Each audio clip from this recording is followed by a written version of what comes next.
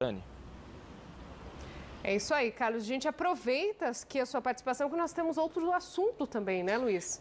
Carlos, que eu quero até lembrar o pessoal de casa que seja período de pandemia ou não, aula presencial ou aula virtual, é obrigação dos pais manterem as crianças matriculadas em alguma instituição de ensino credenciada ao MEC. É sobre isso que eu queria falar contigo, Carlos, também.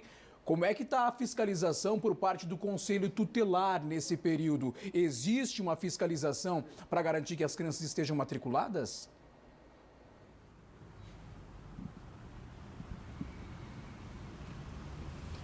Rabi, para esclarecer isso aí, eu vou falar com o Everaldo Silva, que vai falar ao vivo conosco. Ele é presidente do Conselho Tutelar Sul aqui de Cascavel. Everaldo, boa tarde para você. Primeiramente, segundo a legislação, quais são as penalidades para os pais que não estiverem com os filhos matriculados?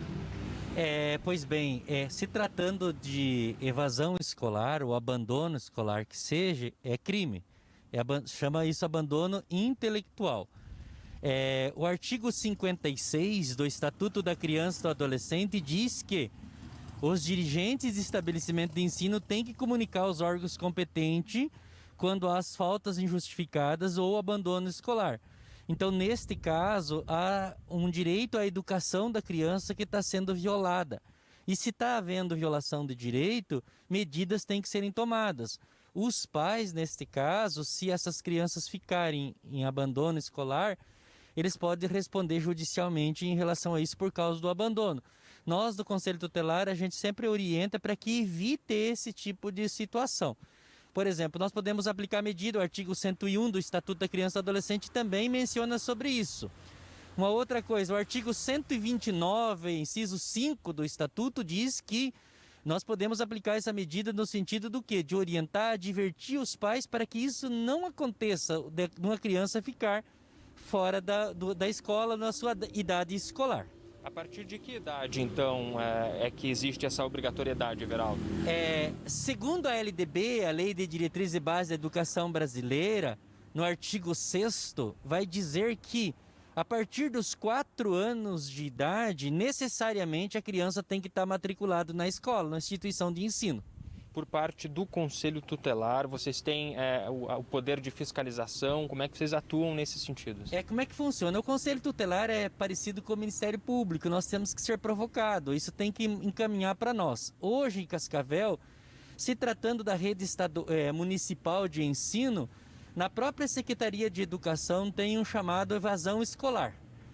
As escolas que percebem que há essas faltas injustificadas, ou agora como mudou neste período de coronavírus, podemos dizer assim, essas modalidades, muitos estão fazendo atividades online e outros estão pegando as atividades que os professores estão elaborando nas escolas.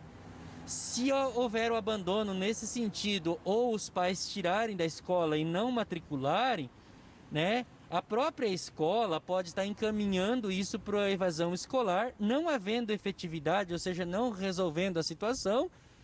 Tanto a secretaria, tanto quanto a própria escola, a evasão escolar pode estar encaminhando isso ao Conselho Tutelar. Nós estaremos convocando esses pais, orientando, advertindo para que evite o prejuízo intelectual desta criança. Para terminar rapidinho, a população pode contactar o Conselho Tutelar também através de telefone? Qualquer cidadão do povo pode entrar em contato com o Conselho Tutelar. Neste caso, falando institucionalmente, falando que as escolas têm os dados e sabem se essa criança está tendo prejuízo letivo ou não, que seria o órgão ou seja, a instituição mais indicada que tem para comunicar o Conselho Tutelar seria a escola nesse sentido. Explicado, Everaldo. Muito obrigado pelas informações, por falar conosco ao vivo. É isso, Dani e Rabi. Muito obrigado, Carlos Turmina, e também ao representante do Conselho Tutelar aqui de Cascavel.